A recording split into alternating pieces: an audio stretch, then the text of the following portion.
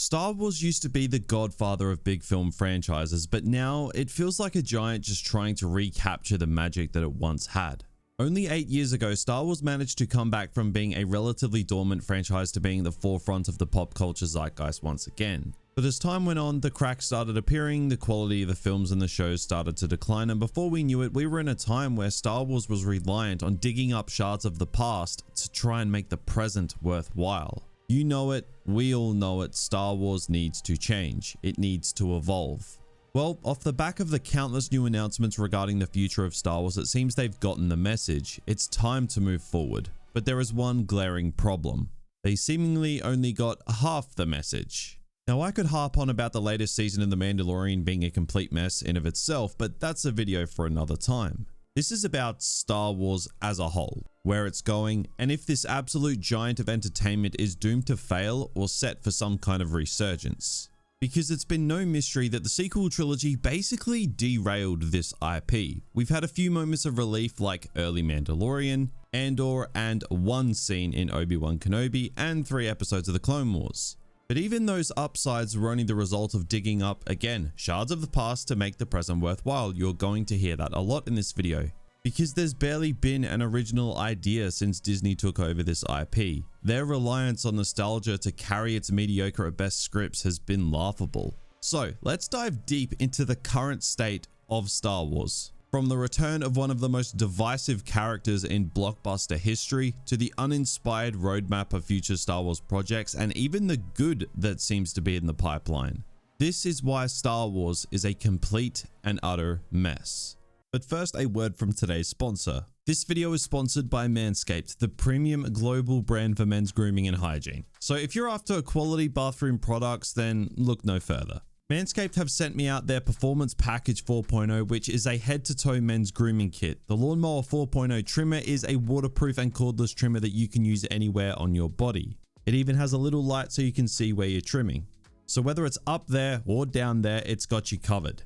The practicality of it being cordless genuinely came in clutch for me as I traveled recently and could use the trimmer in the shower instead of, sending my facial hair all over the hotel bathroom. And the luxurious leather travel bag came in clutch too, as well as the charging dock and travel lock feature. With skin-safe technology, it reduces nicks and cuts with easily replaceable blades. And you can use a blade for your face and neck and one for your body. It also features adjustable guard lengths so you can customize your hair length. Now they also sent me their Weed Whacker with the same tech as the trimmer, which is great for nose and ear hair as well. They're also kind enough to send out their Crop Preserver that you apply where the sun doesn't shine for all day body odor protection, and Crop Reviver to keep downstairs fresh with just a couple sprays. Oh yeah, they also threw in a comfy ass set of microfiber material boxes as a cherry on top. So be sure to check out the link in the description and land yourself 20% off plus free shipping and those 2 free gifts when you use my promo code OVERLOAD at manscaped.com. That's 20% off plus free shipping and 2 free gifts with my promo code OVERLOAD at manscaped.com.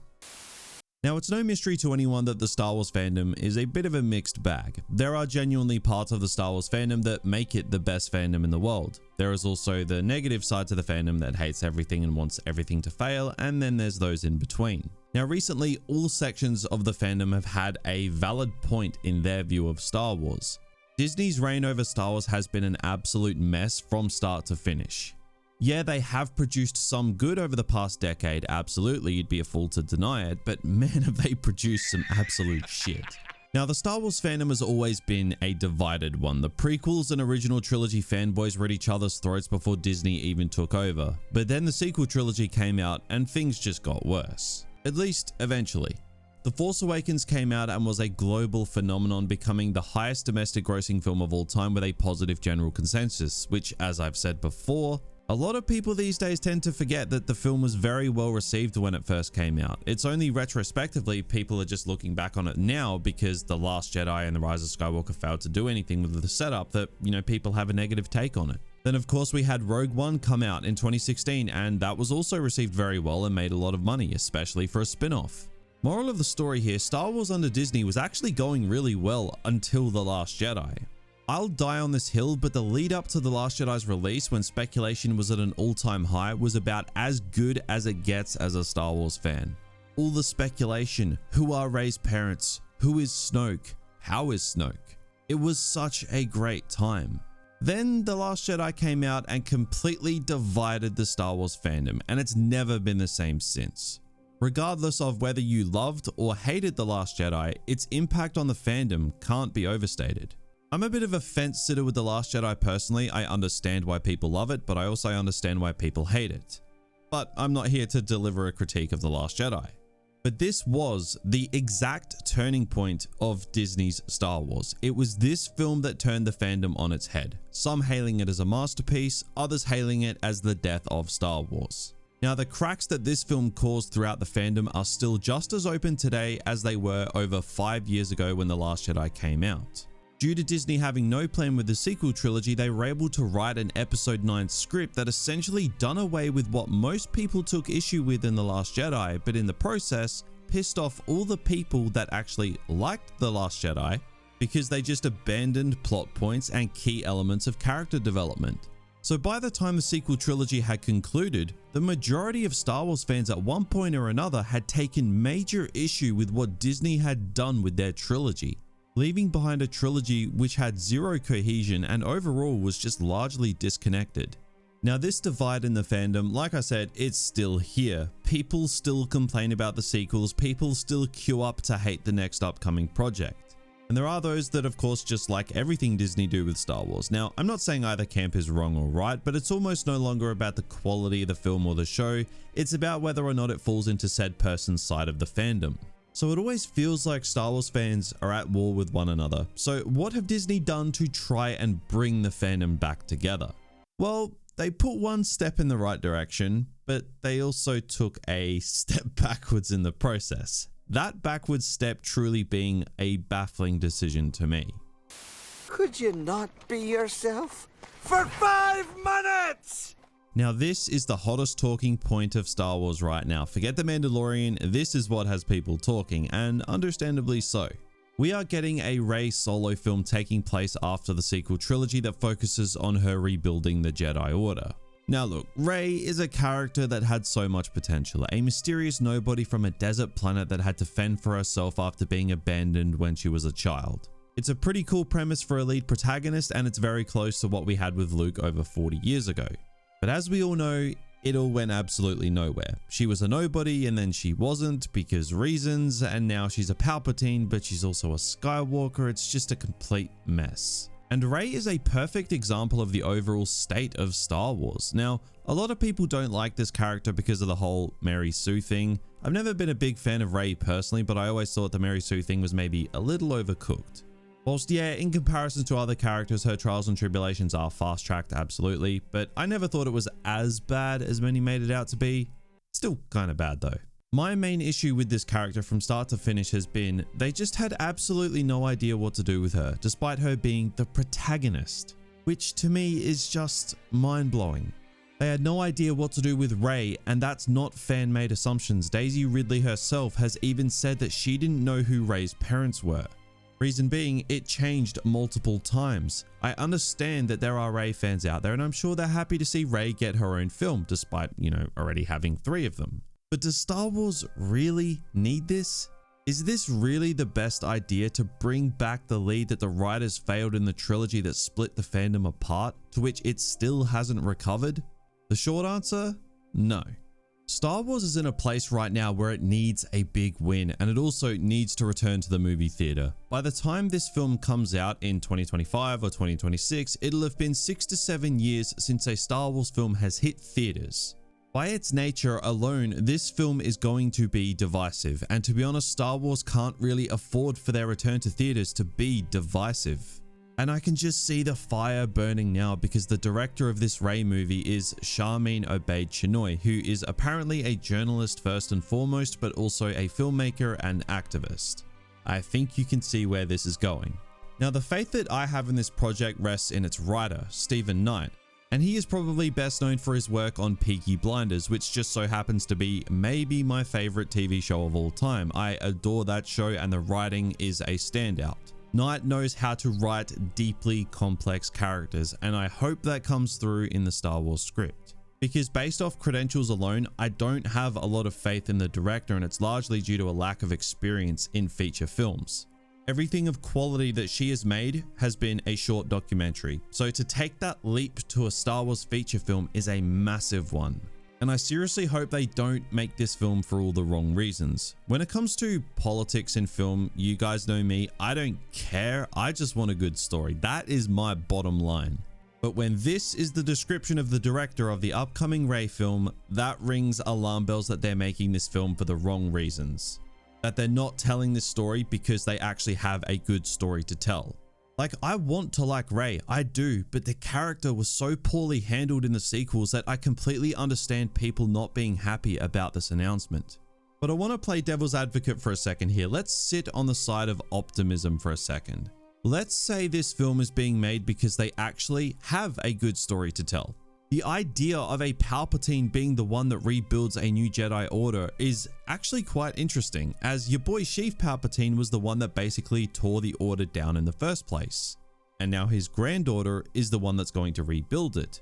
That sounds kind of cool in theory, but despite me trying to be optimistic about this, I keep running into roadblocks. Because this is exactly what Luke tried and failed to do. So Luke fans are not going to be happy about this. Because now Rey is just going to do it. Like, even trying to be optimistic about this idea, I can just see this film running into so many problems and just tearing the fandom apart. Look, I hope this Rey film is good, but I seriously think that making it is a mistake given the current state of Star Wars. Look, I don't blame Daisy Ridley for coming back to reprise the role of Rey for a second. If I was in her position, I'd probably do the exact same thing. She probably feels a sense of unfinished business with this character because, let's be real, her character was unfinished in the sequel trilogy. So I don't blame her for a second for reprising her role, like, good for her. But I'm really struggling to find the logic in bringing Rey back from a creative standpoint and a business standpoint if you're Disney. Star Wars needs to move on. It needs to break free of the constraints of the Skywalker saga, not continue to expand it. And running back to a character starring in the trilogy that was the main reason Star Wars has fallen to the wayside is just not the way to do it. I feel like this Rey film is what you do when you're at the top of your game, when you can afford to experiment, not when you're trying to find your feet as a brand again. This to me is a perfect example of the disconnect between fans and Disney. I think this Rey film is a mistake from top to bottom, if I'm honest. It doesn't mean I hope it fails. Again, I've got a lot of faith in the writer, but I do not have faith in the director or the decision to bring back this character in the first place. The Star Wars universe is so expansive, all these eras taking place over thousands and thousands of years, yet you choose to make a film on something that is already proven to not work. What? And also something that just a massive amount of Star Wars fans just don't want to see. The green light of this Rey film is one of the biggest examples I have seen of a company being just so out of touch with their consumers. Now, the future of Star Wars, it's pretty cool, but it's also equally concerning. Like, the future of Star Wars just confuses the hell out of me. They want to move on and explore new eras of Star Wars, but they want to keep things around that didn't work and expand on it at the same time. Like, I'd understand if you were exploring new eras of Star Wars, but you also wanted to keep your toe in the pool of the things that actually worked. But no, they seem hell-bent on keeping the sequels around in some way, shape, or form, instead of just taking the L which came as a result of their own lack of planning with that trilogy. To me, it seems like it's just one last f*** you to Star Wars fans from Kathleen Kennedy before she pieces out and leaves a mess behind. Like, when they showcased the eras of Star Wars at Celebration a few days ago and had the Old Republic and Dawn of the Jedi, I was immediately pumped that they might actually be doing what legitimately every Star Wars fan on Earth wants, and that is the Old Republic. We didn't get that obviously, but we did get the next best thing in James Mangold's Dawn of the Jedi, which is going to take us all the way back as far as the Star Wars timeline goes, even before the Old Republic, where we're going to learn the origins of the Force, the First Jedi. Like, this is what Star Wars should be doing. Getting a proven film director like James Mangold, who has Logan and Ford v Ferrari up his sleeve, and taking the story as far away from the Skywalker saga as possible, to tell a brand new story, something we haven't seen before. Literally the complete opposite to what they're doing with the Rey film. This is what I mean when I say Star Wars is a mess, because it can't decide what it really wants to do. There are brilliant decisions like Dawn of the Jedi under James Mangold being made, but equally baffling decisions being made with the Rey film being a continuation of sorts for the sequel trilogy. Not to mention having a director attached that seemingly never even made a feature film before. Like, it's just all over the place. As for the upcoming shows, we do of course have Ahsoka, which we did get our first look at, and to be fair, it does look really good. It's still got that Disney Plus volume set stink to it that a lot of the other shows have had, but it at least looks like it's going to involve interesting characters, some cool action, some cool lore, and the return of one of Star Wars' best villains making the jump to live action. It's hard to get a good look at what Thrawn is actually going to look like in Ahsoka apart from that Android user camera picture taken from Star Wars Celebration. Yeah, I went there, Android users. But his translation from Rebels to live action already seems better than Egghead Grand Inquisitor from Obi-Wan.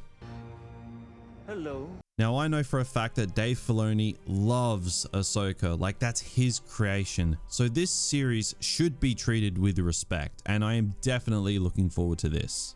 Now there is also going to be a Dave Filoni Star Wars movie that is going to bring together the Mandoverse from the Disney Plus shows like, you know, The Mandalorian, Book of Boba Fett, probably Ahsoka as well, and give it its own film to pay it all off. I'm kind of mixed on this personally, not because I don't think Filoni is capable, but more so because I feel like the Mandoverse has bitten off more than it can chew lately.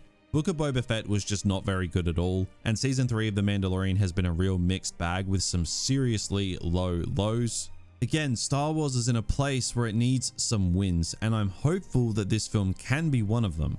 I think it's definitely a better option than having a film with Rey rebuilding the Jedi Order after the sequels though, I will say that much. Now also The Acolyte, I'm still not sold on this one. I think it has potential to go either way. It could be great, but it could be the most modern Hollywood thing you've ever seen at the same time. As for Skeleton Crew, that's there too. I'm going to be honest with you guys, I don't give a crap about Skeleton Crew in the slightest. Look, overall, Star Wars is just in an incredibly strange place. It's in the middle of an identity crisis. It's torn between clinging to the past and letting the past die. But at the same time, they're seemingly actively avoiding moving Star Wars forward and instead trying to rely on what is sure to send the IP into further turmoil than it's already in.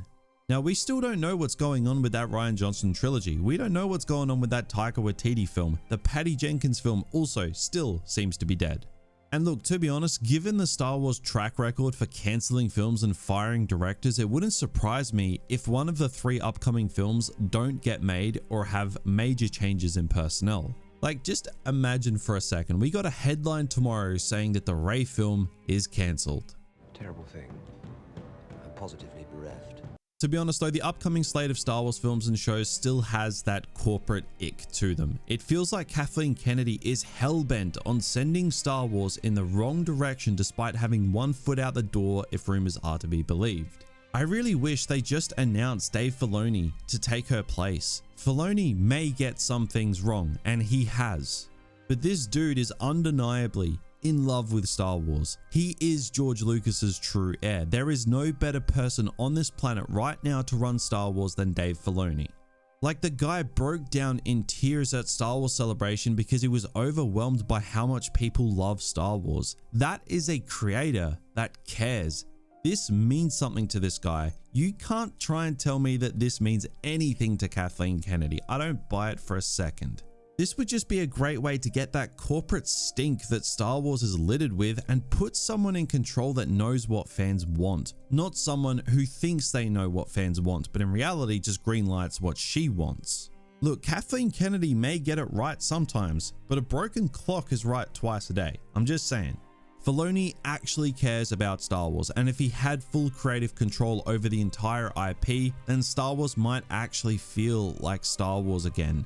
So much of current Star Wars feels like people who are just battling against the corporate side of things, and the brand is creatively suffering as a result of that. If they really cared about telling good stories, if the bottom line wasn't money, then Palpatine would not have come back in Rise of Skywalker to bail them out. So, between the contradicting change of direction for the future of Star Wars, the current state of the fandom, the mishandlings of future and current films and shows, Star Wars is an undeniable mess. There is light at the end of the tunnel for Star Wars, but it gets smaller and smaller the longer Kathleen Kennedy is running the show. Star Wars needs to change. It needs to evolve, and it needs to stop relying on shards of the past to make the present worthwhile.